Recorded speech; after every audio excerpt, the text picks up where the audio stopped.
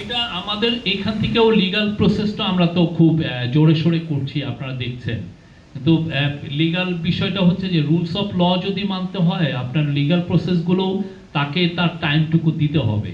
আপনি ইচ্ছা করলেই লিগ্যাল অনেক কিছুই আপনি খুব দ্রুত করতে পারেন না। তো আমরা যতটা দ্রুত সম্ভব, এটা বাংলাদেশের এক্সিস্টিং লিগ্যাল প্রসেস যতটুকু সম্ভব আমরা সেই অনুযায়ী কাজ করছি। আমরা বারবার আপনাদেরকে বলেছি যে আমরা শেখ হাসিনার এক্সট্রাডিশন চাই, এবং সেই অনুযায়ী আপনি দেখেছেন কালকে আমাদের মাননীয় ফরেন অ্যাডভাইজার এই বিষয়ে বলেছে।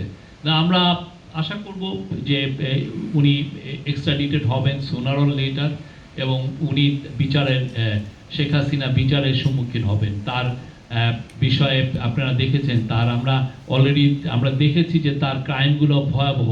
মানে গত 15 বছরে যেই ধরনের ক্রাইমগুলো হয়েছে বাংলাদেশে, এটা তো চিন্তা করা যায় না। এবং পুরো পৃথিবী এখন হঠাৎ করে ঘুমের থেকে উঠে দেখছে যে তার ক্রাইমটা কি ছিল। আপনি চিন্তা করেন, সে আমরা যেটা পাচ্ছি গুম কমিশনের থেকে প্রায় 3,500 লোক গুম হয়েছে, এক্সট্রা জুডিশিয়াল মার্ডার হয়েছে হাজার হাজার লোক, কয়েক হাজার লোক। তারপরে আপনি জুলাই আগস্টে আপনি দেখেন মারা গেছে প্রায় 1500 জনের মতো লোক। কালকে আরাফাত, একটা ছোট ছেলে, একটা রিক্সাওয়ালার ছেলে, সে কালকে মারা গেছে।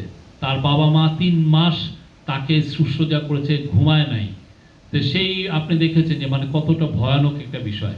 তারপরে তো আপনি দেখেন শাপলার হত্যাকাণ্ড, তারপরে মাওলানা সাঈদীর মৃত্যুর পরেও অনেক বড় একটা হত্যাকাণ্ড হয়েছে, সেগুলো বিষয়ে।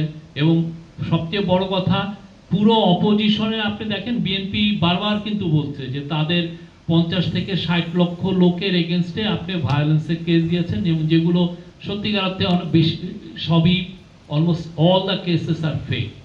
আপনি তাদের 50 আপনি কেস দেওয়া মানে কি একটা লোকের?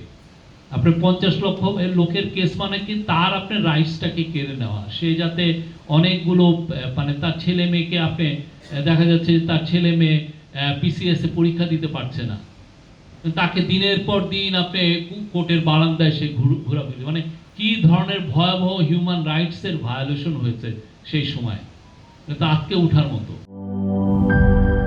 জীবনের সাথে চলে hi-fi, all time healthy life.